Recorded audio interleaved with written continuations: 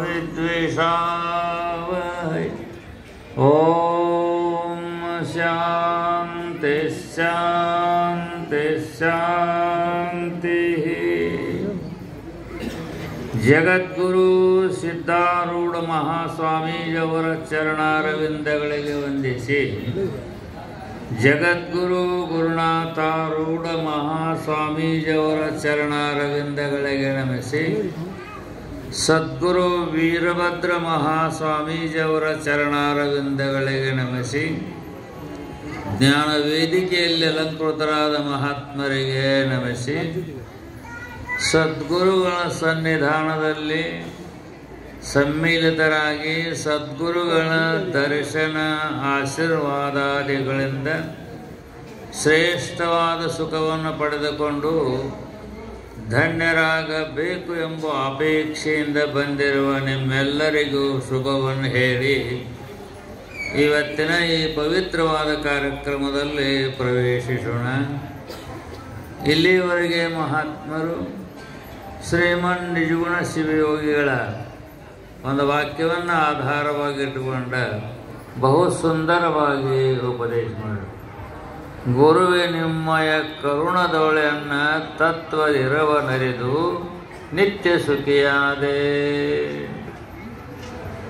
ಸತ್ಶಿಷ್ಯನಾದಂಥವನು ಗುರುಗಳಿಗೆ ಶರಣಾಗತನಾಗಿ ಪ್ರಾರ್ಥನಾ ಮಾಡಿ ಹೇಳ್ತಾನೆ, ಹೇ ಗುರುದೇವ, ನಾನು ಮೊದಲ ಅಜ್ಞಾನಿಯಾಗಿದ್ದೆ. ಅಜ್ಞಾನದಿಂದ ನಾನು ನನ್ನನ್ನು ಮರೆತ ದುಃಖಿಯಾಗಿದ್ದೆ.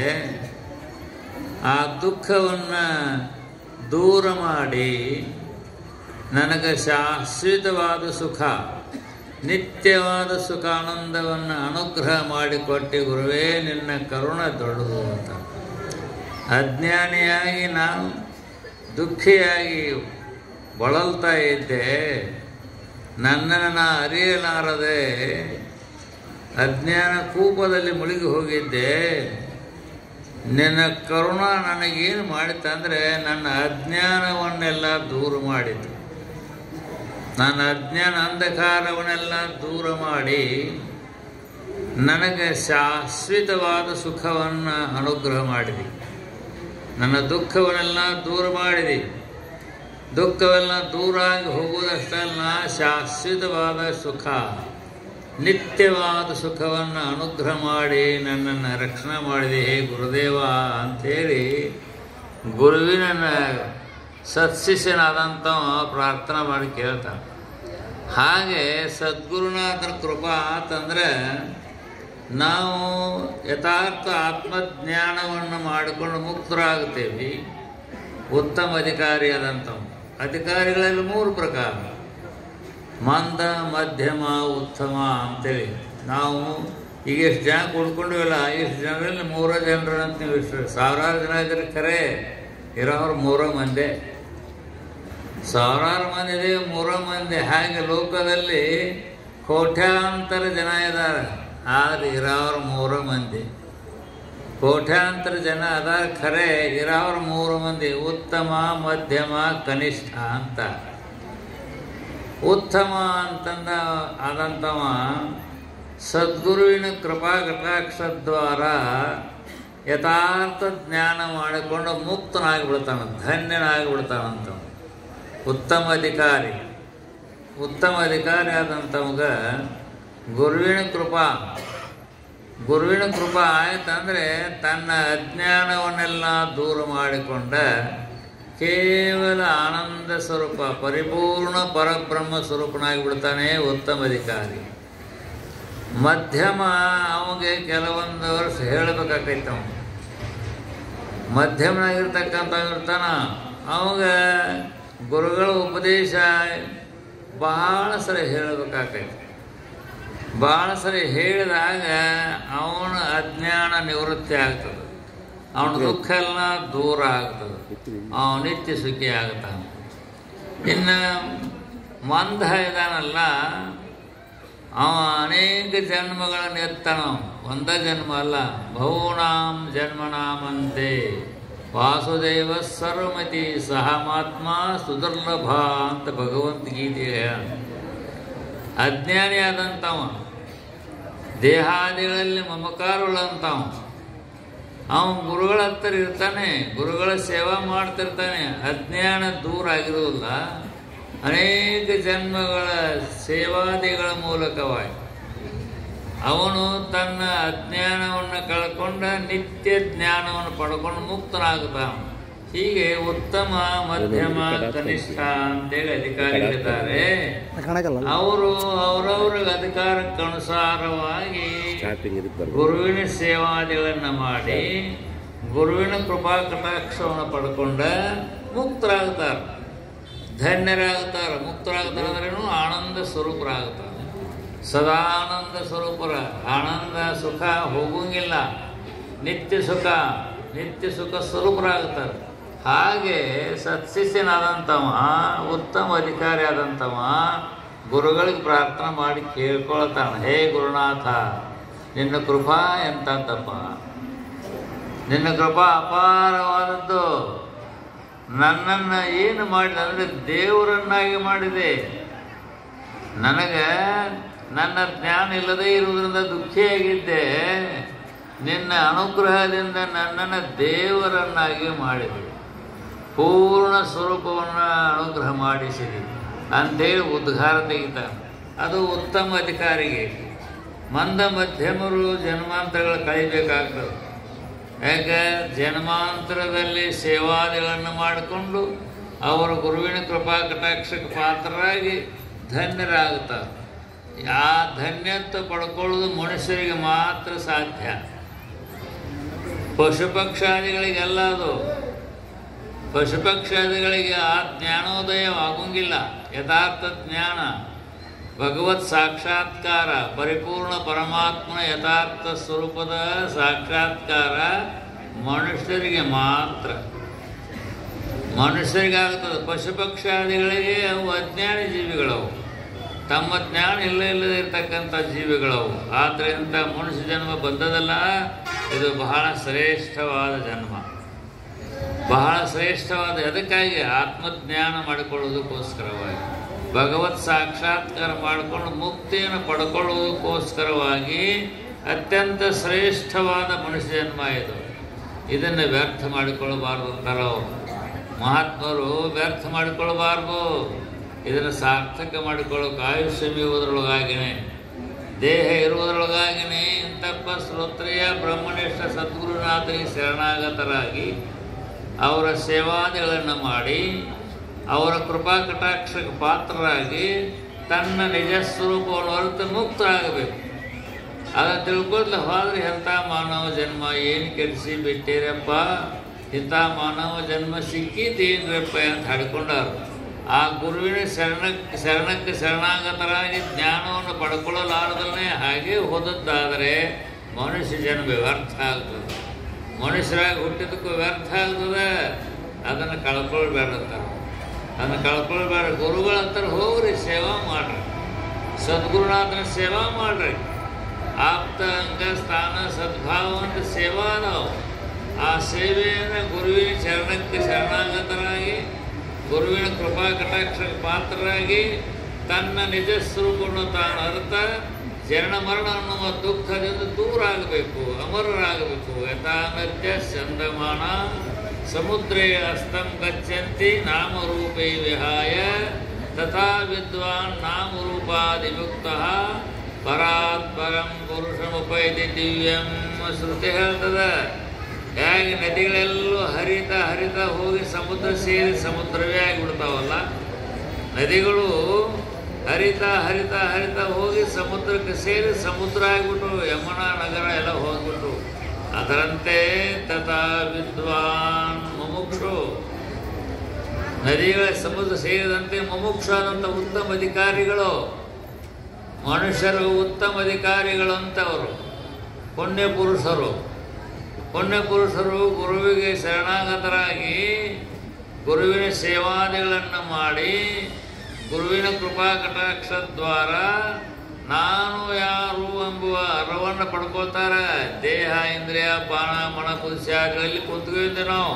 ಶರೀರ ನಾನಂತೇವೆ, ಪ್ರಾಣ ನಾನಂತೇವೆ, ಮನಸ್ಸು ನಾನಂತೇವೆ, ಬುದ್ಧಿ ನಾನಂತೇವೆ, ಇವುಗಳಿಗೆ ನಾನು ಅಂತೇವೆ. ಆ ಗುರುವಿನ ಕೃಪೆ ಆಯ್ತಂದ್ರೆ ಈ ದೇಹಾದಿಗಳಿಗೆ ವಿಲಕ್ಷಣವಾದಂಥ ಸಚ್ಚಿದಾನಂದ ನಿತ್ಯ ಪರಿಪೂರ್ಣವಾದ ಪರಬ್ರಹ್ಮ ಸ್ವರೂಪರೇ ಅಂತ. ನಾವು ಸಚ್ಚಿದಾನಂದ ನಿತ್ಯ ಪರಿಪೂರ್ಣವಾದ ಪರಬ್ರಹ್ಮ ಸ್ವರೂಪರಿದ್ದೇವೆ. ಅದರ ಅರಿವಿಲ್ಲ. ಅರಿವಿಲ್ಲದೇ ನಾವು ಬದ್ಧರಾಗೇವೆ, ನಾವು ದುಃಖಿಗಳಾಗೇವೆ, ಜನನ ಮರಣಗಳಿಗೆ ಕಾರಣರಾಗೇವೆ. ಆ ಜನನ ಮರಣಗಳನ್ನು ಕಳ್ಕೊಂಡು ಮುಕ್ತ ಆಗಬೇಕಾದ್ರೆ ಗುರುಗಳ ಸನ್ನಿಧಾನಕ್ಕೆ ಹೋಗಬೇಕು.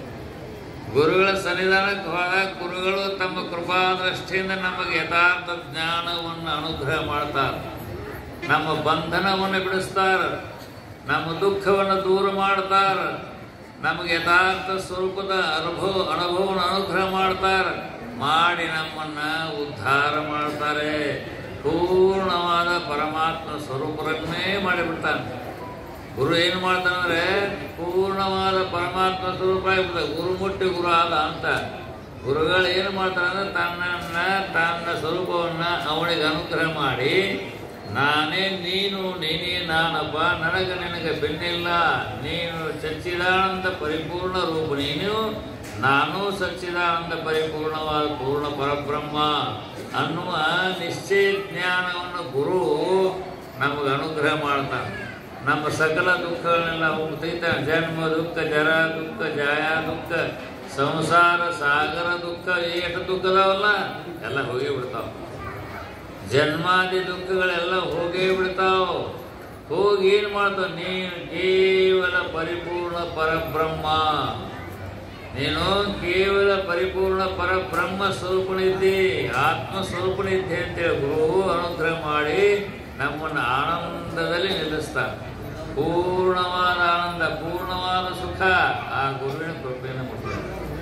ಸದ್ಗುರುವಿನಿಂದ ಬರಬೇಕಿದು, ಇನ್ನು ಯಾವ ದೇವತೆಗಳಿಂದ ಬರುವಲ್ಲ. ಇದು ದೇವತೆಗಳಿಂದ ಭೋಗ ಭಾಗ್ಯ ಸಂಪತ್ತು ಐಶ್ವರ್ಯ ಬರ್ತಾವ. ದೇವತೆಗಳನ್ನು ನಾವು ಆರಾಧನೆ ಮಾಡಿ ದೇವತೆಗಳ ಕೃಪೆಗೆ ನಾವು ಪಾತ್ರರಾದ್ರೆ ಸಕಲ ಭೋಗ ಭಾಗ್ಯ ಸಂಪತ್ತಾಗಲಿ, ಯಲೋಕದ ಭೋಗವಾಗಲಿ, ಸ್ವರ್ಗಲೋಕದ ಭೋಗವೇ ಆಗಲಿ, ಎಲ್ಲವೂ ಬರ್ತಾವೆ. ಸ್ವರ್ಗಲೋಕದ ಯಾಕೆ? ಗುರುವಿನ ಕೃಪೆ ಇದ್ದಂಗೆ ಜ್ಞಾನ, ದೇವತೆಗಳ ಕೃಪೆ, ದೇವತೆಗಳ ಆಶೀರ್ವಾದ ಅಂತಂದ್ರೆ ಈ ಲೋಕದಲ್ಲಿಯೂ ನಾವು ಸುಖವಾಗಿರ್ತೇವೆ ಮತ್ತು ದೇವಲೋಕದಲ್ಲಿಯೂ ಇರ್ತೇವೆ. ಆದರೆ ಆ ಜ್ಞಾನ ಶಾಶ್ವತವಲ್ಲ, ಶಾಶ್ವತವಲ್ಲ. ಯಾಕೆ? ಕ್ಷೀಣೇ ಪುಣ್ಯ ಮೃತ್ಯಲೋಕಂ ವಿಶಂತಿ ಅಂತ ಹೇಳ್ತದೆ ಗೀತೆ. ಈ ಲೋಕದಲ್ಲಿ ಯಜ್ಞಯಾಗ ಹೋಮ ಜಪ ತಪ ಮೊದಲಾದವುಗಳನ್ನು ಮಾಡಿ ಆ ಪುಣ್ಯವನ್ನು ತೆಗೆದುಕೊಂಡು ನಾವು ದೇವಲೋಕಕ್ಕೆ ಹೋಗಿರ್ತೇವೆ. ಇಲ್ಲಿ ಯಜ್ಞ ಮಾಡ್ತೇವೆ, ಯಾಗ ಮಾಡ್ತೇವೆ, ತಪಸ್ಸು ಮಾಡ್ತೇವೆ, ಏನೇನೋ ಮಾಡ್ತೇವಲ್ಲ ಉತ್ತಮ ಉತ್ತಮ ಸತ್ಕಾರ್ಯಗಳನ್ನು. ಆ ಪುಣ್ಯದಿಂದ ನಾವು ಜೀವಾತ್ಮ ಸ್ವರ್ಗಲೋಕಕ್ಕೆ ಹೋಗ್ತಾನೆ, ಸ್ವರ್ಗಲೋಕ ಬ್ರಹ್ಮಲೋಕಾದಿಗೆ ಹೋಗ್ತಾನೆ.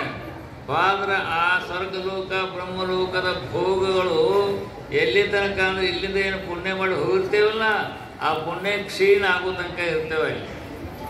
ಇಲ್ಲಿಂದ ಪುಣ್ಯ ಮಾಡಿಕೊಂಡು ಯಜ್ಞ ಯಾಗಾದಿಗಳ ಮೂಲಕವಾಗಿ ಪುಣ್ಯದ ಪ್ರಭಾವ ತಗೊಂಡು ಜೀವಾತ್ಮ ಬ್ರಹ್ಮಲೋಕಕ್ಕೆ ಹೋಗಿರ್ತಾನೆ. ಅಲ್ಲಿ ನಮ್ಮ ಪುಣ್ಯ ಮುಗಿಯೋ ತನಕ ಇರ್ತೇವೆ. ಪುಣ್ಯ ಮುಗಿತಂದ್ರೆ ಮತ್ತೆ ಕ್ಷೀಣೆ ಪುಣ್ಯ ಮರ್ತ್ಯ ಲೋಕಂ ವಿಶಂತಿ. ಪುಣ್ಯ ಕ್ಷೀಣ ಆಯ್ತಂದ್ರೆ ಮತ್ತೆ ಇಲ್ಲೇ ಬರ್ಬೇಕು. ನಾವು ಜೀವಾತ್ಮ ಇಲ್ಲೇ ಬರ್ಬೇಕವ. ಅವನು ಪೂರ್ಣ ಶಾಂತಿ ಇಲ್ಲ, ಪೂರ್ಣ ಆನಂದ ಸಿಗೋಂಗಿಲ್ಲ. ಎಲ್ಲೇ ಯಜ್ಞ ಯಾಗಾದಿಗಳ ಮೂಲಕವಾಗಿ ಬಂದಂಥ ಪುಣ್ಯದಿಂದ ಹೋಗುವುದು ಬರುವುದಾಗ್ತದೆ. ಆದರೆ ಗುರುವಿನ ಚರಣಕ್ಕೆ ಶರಣಾಗತರಾದರೆ ಸದ್ಗುರು ಏನು ಮಾಡ್ತಾನೆ? ತನ್ನಂತೆ ಮಾಡಿಕೊಂಡು ಬಿಡ್ತಾನೆ. ಪೂರ್ಣ ಆನಂದ ಸ್ವರೂಪನಾಗಿ ಮಾಡ್ತಾನೆ, ಪೂರ್ಣ ಪರಬ್ರಹ್ಮ ಸ್ವರೂಪನಾಗಿ ಮಾಡ್ತಾನೆ ಗುರು. ಅವನ ಒಬ್ಬಗ ಅಧಿಕಾರ ಇದೆ ಅದನ್ನು ಮಾಡೋದು. ಇನ್ನು ಯಾವ ದೇವತೆಗೂ ಇಲ್ಲ. ದೇವತೆಗಳಿಗೆ ಭೋಗ ಕೊಡ್ತಾರೆ, ಸಂಪತ್ತು ಕೊಡ್ತಾರೆ, ದೇವತ್ವವನ್ನು ಕೊಡ್ತಾರೆ. ಆದರೆ ನೀನು ಪರಿಪೂರ್ಣ ಪರಬ್ರಹ್ಮ ಇದಿ, ನಿನಗೆ ಜನನ ಮರಣಗಳಿಲ್ಲ, ಶಾಶ್ವತ ಸುಖ ಸ್ವರೂಪ ಅನ್ನುವುದನ್ನು ಅನುಭವಕ್ಕೆ ತಂದು ಕೊಡುವ ಸದ್ಗುರು ದೇವನೇ. ಅವನ ಕೃಪೆಯಿಂದ ನಾವು ಪಡ್ಕೊಳ್ಬೇಕಾಗಿ ಮೋಕ್ಷ, ಯಥಾರ್ಥ ಜ್ಞಾನ. ಆದ್ದರಿಂದ ಇಂಥ ಮಾನವ ಜನ್ಮ ನಾವು ತೊಟ್ಟು ಬಂದಿವಿ. ಬಂದ ಮೇಲೆ ಅಂತಪ್ಪ ಶ್ರೋತ್ರಿಯ ಬ್ರಹ್ಮನಿಷ್ಠ ಸದ್ಗುರುವಿಗೆ ಶರಣಾಗತರಾಗಬೇಕು. ಆ ಜ್ಞಾನವನ್ನು ಅನುಗ್ರಹ ಮಾಡಿ ನಮ್ಮ ಬಂಧನವನ್ನು ಬಿಡಿಸಬೇಕಾದರೆ ಶ್ರೋತ್ರಿಯ ಬ್ರಹ್ಮನಿಷ್ಠ. ಶ್ರೋತ್ರಿಯ ಅಂದರೆ ಸಕಲ ವೇದಾಂಗಗಳ ಬಲ್ಲವನಾಗಿರಬೇಕು, ನಮಗೆ ಯಥಾರ್ಥವಾಗಿ ತಿಳಿಸುವಂಥವನಾಗಿರಬೇಕು. ಬಲ್ಲವನಾಗಿರಬೇಕು, ವೇದಾಂಗಗಳ ಅರ್ಥಬೇಕು, ಅದನ್ನು ಯಥಾರ್ಥವಾಗಿ ತಿಳಿಸುವಂಥ ಕಲನ ಬೇಕು. ಹೀಗೆ ಶ್ರೋತ್ರಿಯ ಬ್ರಹ್ಮನಿಷ್ಠನಾದಂಥ ಸದ್ಗುರುವಿನ ಹತ್ರ ಹೋಗಿ ಅವನಿಗೆ ಸೇವಾದಿಗಳನ್ನು ಮಾಡಿ ಅವನ ಕೃಪೆಯಿಂದ ನಾವು ನಿತ್ಯ ಸುಖವನ್ನು ಪಡ್ಕೊಳ್ಬೇಕು. ಶಾಶ್ವತವಾದ ಸುಖ ಗುರುವಿನಿಂದ ಬರ್ತದೆ, ನಿತ್ಯವಾದ ಸುಖ ಗುರುವಿನಿಂದನೇ ಪ್ರಾಪ್ತಿಯಾಗ್ತದೆ. ಅಂತಪ್ಪ ಶ್ರೋತ್ರಿಯ ಬ್ರಹ್ಮನಿಷ್ಠ ಸದ್ಗುರುನಾಥನಿಗೆ ನಾವು ಶರಣಾಗತರಾಗಬೇಕು. ಅಲ್ಲಿ ಹೊರಗಾಗುದ ತದ್ವಿಜ್ಞಾನಾರ್ಥಂ ಸಗುರುಮೇವಾಟು ಗಚ್ಚಿದ್ದು ಶ್ರುತಿ ಹೇಳ್ತದೆ. ಅದನ್ನು ತಿಳ್ಕೊಳ್ಳೋದಕ್ಕೋಸ್ಕರವಾಗಿ ಗುರುವಿನ ಹತ್ತಿರ ಹೋಗ್ಬೇಕಂತ ಹೇಳ್ತದೆ. ಹಾಗೆ ಈ ಮನುಷ್ಯ ಜನ್ಮ ವ್ಯರ್ಥ ಮಾಡಿಕೊಳ್ಳಬಾರ್ದು. ಆಯುಷ್ಯ ಮೀವದವಳು ಕಾಯಿದೆ ವಿರೋಧಿ ಗುರುಶಂಭುಲಿಂಗವನ್ನು ಒಲಿಸಿ ಮಾಯನ್ನು ಮೀರಿ ಭವವನ್ನು ಗೆಲುವೆನೆಂಬ ಸಮುದಾಯದ ಅಧಿಕಾರ ಎನ್ನದು ಅಂತ ಹೇಳ್ಕೊಂಡ ನಿಜಗೊಂಡು ಈ ದೇಹ ಇರುವುದರೊಳಗಾಗಿಯೇ ಸದ್ಗುರುವಿಗೆ ಶರಣಾಗತದ್ದು. ಶ್ರೋತ್ರಿಯ ಬ್ರಹ್ಮನಿಷ್ಠನಾದ ಸದ್ಗುರು ಶರಣಾಗತರಾಗಿ ಯಥಾರ್ಥ ಜ್ಞಾನವನ್ನು ಪಡ್ಕೊಂಡು ಮುಕ್ತನಾಗ್ತೀನಿ ಅಂತೇಳಿ ನಾವು ಮಾತು ಕೊಟ್ಟು ಬಂದೇವಿ. ಅದನ್ನು ಉಳಿಸ್ಕೋಬೇಕು. ಮನುಷ್ಯನಾಗಿ ಹುಟ್ಟಿ ಬಂದ ಮೇಲೆ ತನ್ನ ಯಾವ ಮಾತನ್ನು ಉಳಿಸಿಕೊಂಡು ಆ ಪೂರ್ಣವಾದ ಪರಮಾತ್ಮನ ಯಥಾರ್ಥ ಜ್ಞಾನ ಮಾಡಿಕೊಂಡು ನಾವು ಜನನ ಮರಣ ಅನ್ನುವ ದುಃಖದಿಂದ ದೂರಾಗಿ ಅಮರರಾಗಬೇಕು, ನಿತ್ಯ ಸುಖಿಗಳಾಗಬೇಕು ಅಂಥೇಳಿ ಶ್ರುತಿ ಹೇಳ್ತದೆ, ಮಹಾತ್ಮರು ಹೇಳ್ತಾರೆ. ಅಂಥ ಪೂರ್ಣ ಜ್ಞಾನವನ್ನು ಮಾಡಿಕೊಳ್ಳುವುದಕ್ಕೋಸ್ಕರವಾಗಿ ಮೀಸಲವಾದದ್ದು ಮನುಷ್ಯ ಜನ್ಮ. ಪೂರ್ಣ ಜ್ಞಾನ, ಪೂರ್ಣ ಸುಖವನ್ನು ಪಡ್ಕೊಂಡ ಮುಕ್ತರಾಗಲಿಕ್ಕೆ ಮೀಸಲಾದಂಥ ಈ ಮನುಷ್ಯ ಜನ್ಮ. ಇದನ್ನು ಎಂತಪ್ಪ ಶ್ರೋತ್ರಿಯ ಗುರುಗಳಿಗೆ ಶರಣಾಗತರಾಗಿ ನಾವು ನಮ್ಮನ್ನು ಅರ್ಥ ಮುಕ್ತರಾಗೋಣ, ಧನ್ಯರಾಗೋಣ. ಅಂಥ ಸದ್ಬುದ್ಧಿಯನ್ನು ಗುರುದೇವ ಸಿದ್ಧಾರರು ಸರ್ವರಿಗೂ ಅನುಗ್ರಹಿಸಿ ರಕ್ಷಿಸಲಿ ಎಂಬುದಾಗಿ ಹೇಳಿ ಇವತ್ತಿನ ಪ್ರವಚನ ಓಂ ತತ್ಸತ್. ಓಂ ಸಹನಾವವತು ಸಹನೌ ಭುನಕ್ತು ಸಹ ವೀರ್ಯಂಕರವಾವಹೈ ತೇಜಸ್ವಿನಾವಧೀತಮಸ್ತು ಮಾ ವಿದ್ವಿಷಾವಹೈ.